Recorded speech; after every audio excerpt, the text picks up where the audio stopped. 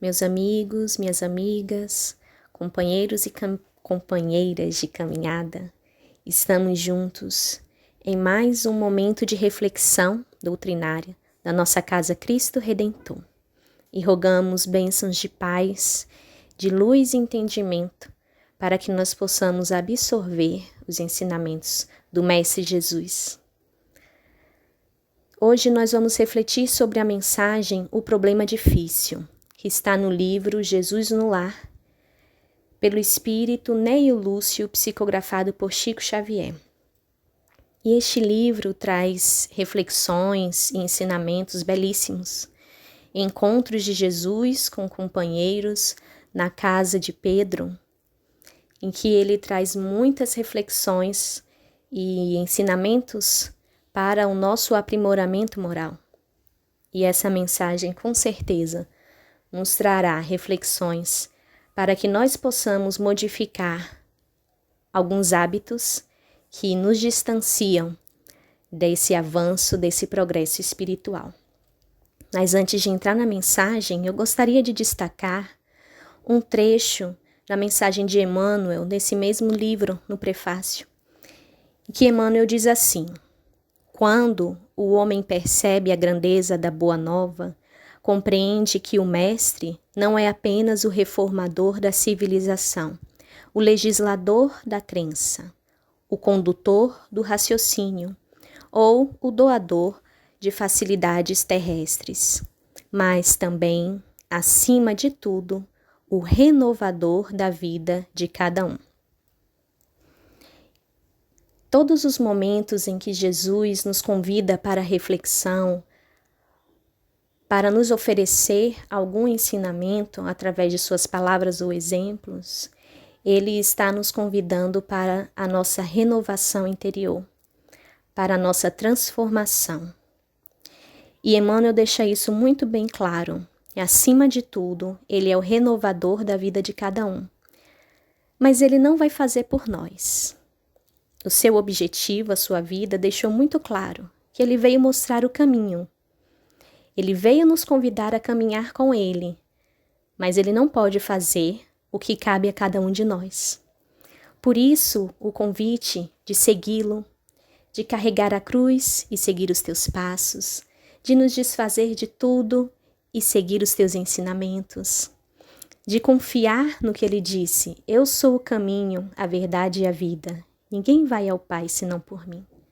Então sempre é um chamamento. Nunca ele disse que era para nós pararmos, aguardarmos que a solução viria, que ele faria por nós, que está nas mãos dele a nossa salvação. Não. Todo instante ele nos chama para que nós possamos sair do comodismo, de sentar e esperar que um milagre aconteça para que nós consigamos a nossa paz, a nossa felicidade. Precisamos nos esforçar, precisamos trabalhar em nosso próprio benefício e em benefício daqueles que estão ao nosso redor. E ele é o mestre dos mestres. Ele nos ensinou, ele foi o maior dos educadores, o mestre inesquecível, que está também no livro de Augusto Cury, em que ele afirma que Jesus foi o maior formador de pensadores da história, o maior educador também. E nós não precisaríamos ter nenhum grande estudioso, filósofo, cientista para analisar. Somente ouvir a tua mensagem, perceber nos teus exemplos o grande amor e o desejo que cada um de nós, para que cada um de nós pudéssemos segui-lo, porque ele, através dos seus caminhos, dos seus passos deixados aqui na terra, ele, como guia e modelo, servindo para cada um de nós, para a nossa transformação. Então, que nós possamos confiar nessa certeza, nessa verdade de que Jesus veio nos mostrar o caminho e que ele espera que cada um de nós possamos seguir.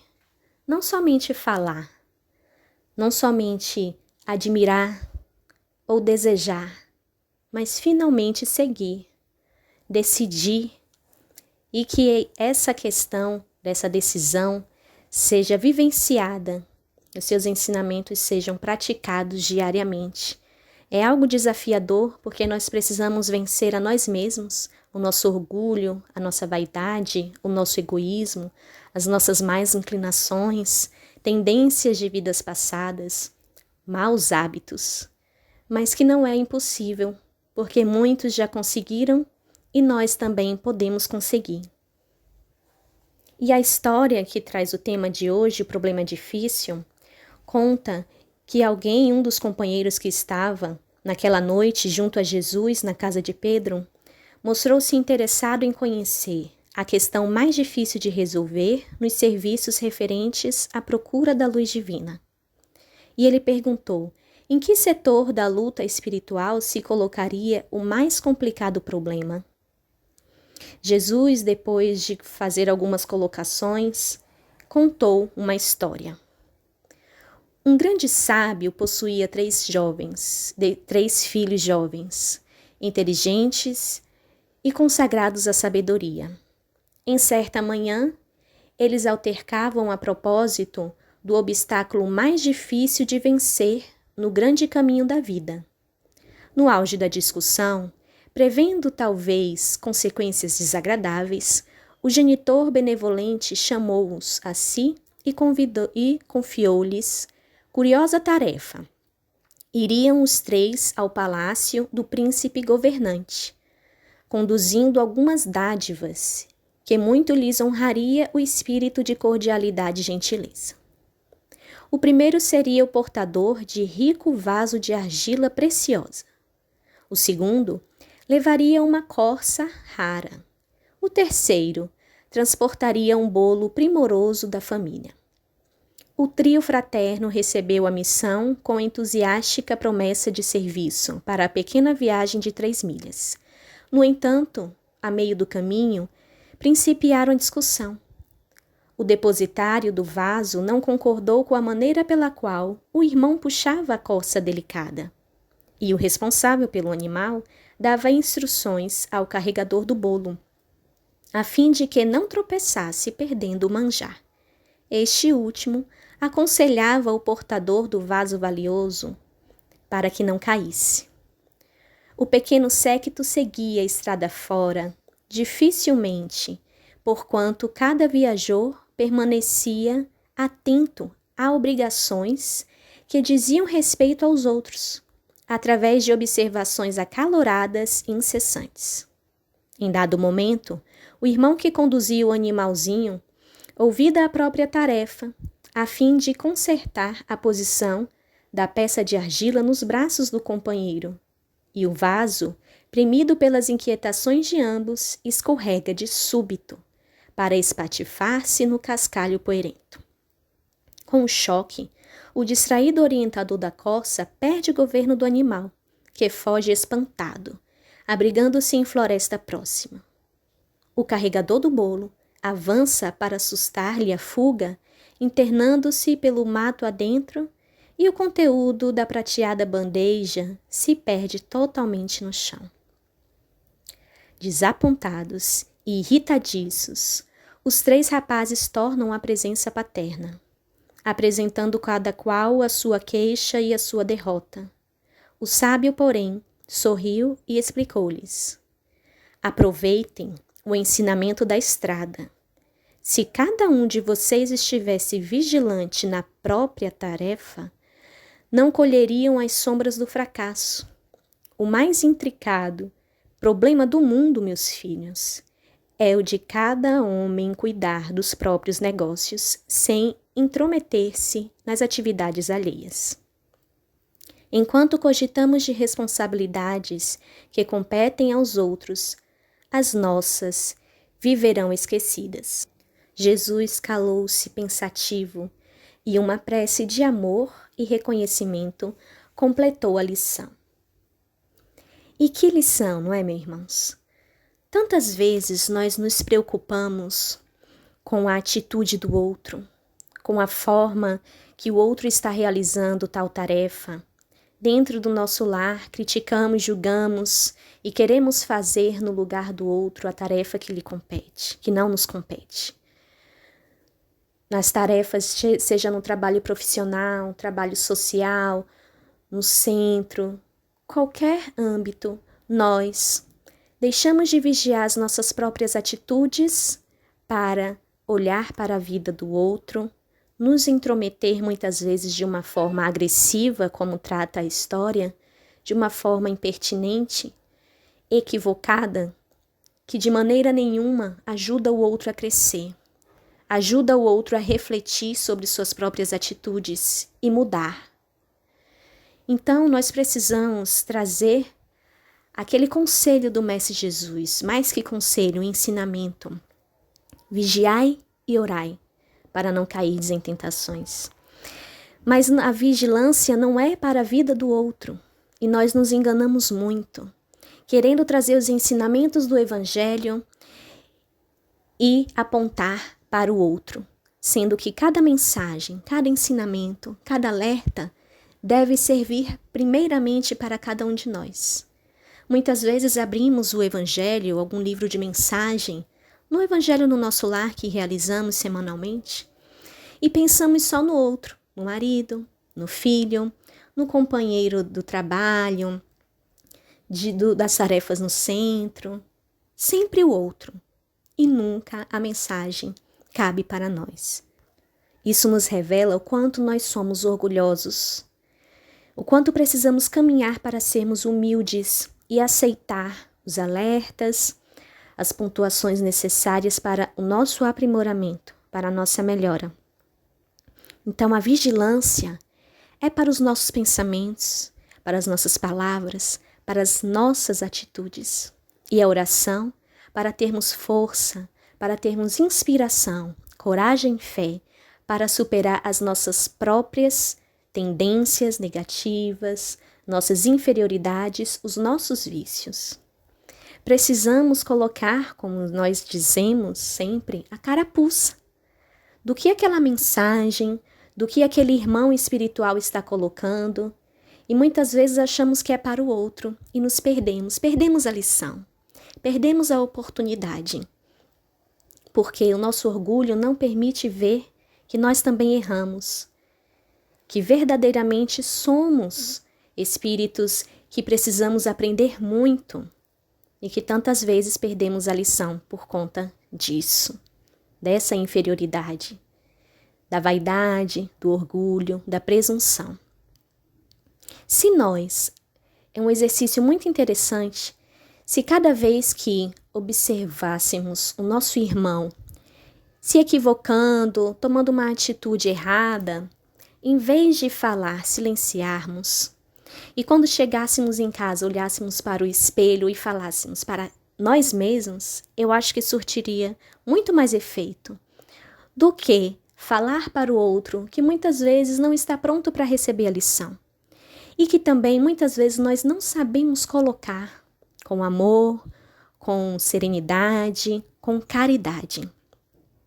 Aí é um ponto que nós ainda precisamos aprender muito sobre a caridade. Na questão 886, Kardec pergunta qual o verdadeiro sentido da palavra caridade, tal como Jesus entendia. E os espíritos respondem: benevolência para com todos, indulgência para as imperfeições dos outros e perdão das ofensas. Muitas vezes nós achamos que já estamos praticando a caridade, quando conseguimos nos desapegar das questões materiais, doar o que está de excesso, ou, diante do nosso mercado, comprar alguns alimentos para serem doados, ajudar uma família financeiramente. Claro que isso tem muito efeito benéfico para nós e para o outro. Nós nos sentimos úteis. Mas caridade vai muito além disso. Sermos bons, benevolentes para com o outro. Nós não levarmos tão em conta as imperfeições e o erro do outro, mas valorizar o que ele já consegue realizar de bom, as suas qualidades, as suas virtudes.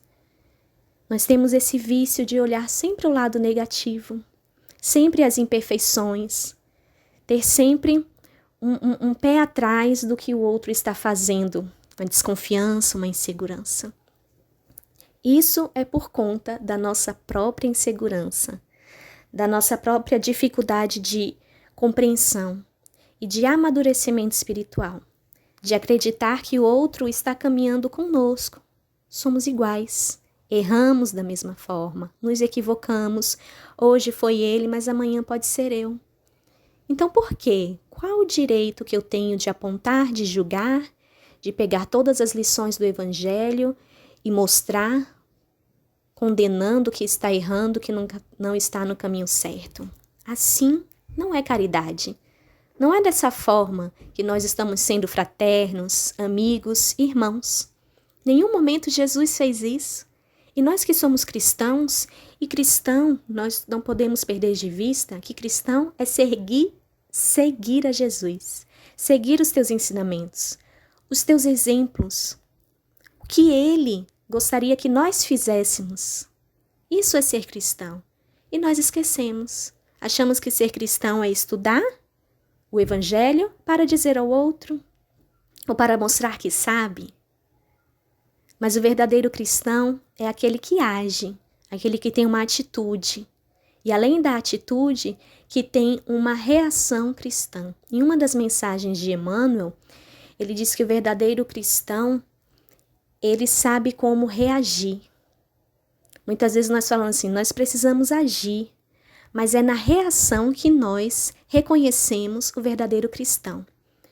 Porque quando nós nos deparamos com alguma cena, com alguma atitude equivocada, né, ou de crueldade, de agressividade, de injustiça, qual a reação do verdadeiro cristão? Qual deve ser essa reação? De amor, de caridade, de serenidade.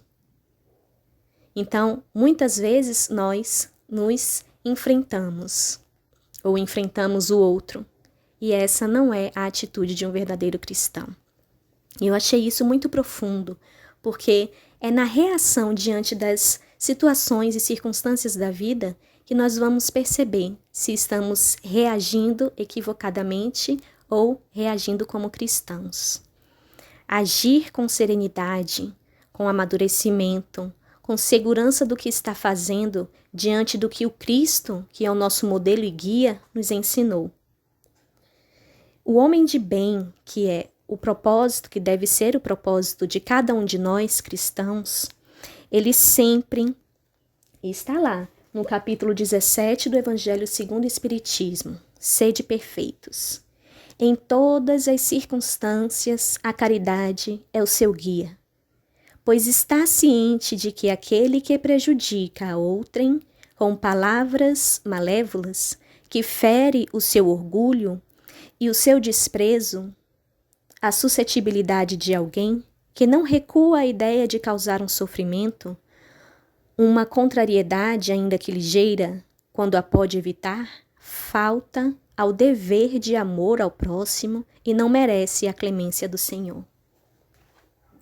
Então nós precisamos buscar mais essa consciência do que nós verdadeiramente queremos ser. Qual o propósito da nossa vida enquanto espíritos encarnados, não somente para essa encarnação, mas para o porvir, espíritos imortais? Temos um propósito e precisamos ter uma disciplina, um foco, para que nossas atitudes possam nos levar a esse objetivo, alcançar a esse objetivo. Enquanto nós não tivermos esse planejamento para alcançar o propósito de um espírito imortal, um espírito que está provisoriamente no corpo para vencer suas más inclinações, suas tendências, para plantar dias melhores para o futuro. Enquanto nós não tivermos verdadeira consciência disso e fazer para que no futuro consigamos ter as respostas e a colheita melhor do que estamos tendo hoje, nós não vamos conseguir avançar. Então, meus irmãos, o objetivo da nossa reencarnação é vencer a nós mesmos, nos melhorar, diante de tudo que é necessário passar. Mudar enquanto é tempo, mudar enquanto estamos encarnados, porque a escola é aqui, é a terra. Enquanto nós não aprendermos as lições que a terra, o convívio com os nossos irmãos, seja em família ou em qualquer ambiente, enquanto nós não prestarmos atenção no que tudo que a vida tem para nos oferecer é para nos trazer um aprendizado, nós não vamos avançar. E fracassaremos, como na história que Jesus contou. Perderemos a oportunidade e vamos fracassar. Não é esse o nosso desejo. Então vamos parar um pouquinho e pensar na nossa própria vida, de como estamos caminhando.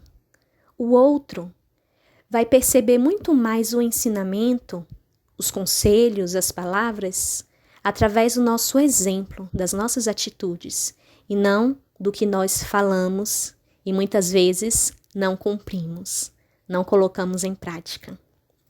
E para finalizar, não podemos deixar de lembrar, também no capítulo Sede Perfeitos, do Evangelho segundo o Espiritismo, o item 4, os bons espíritas.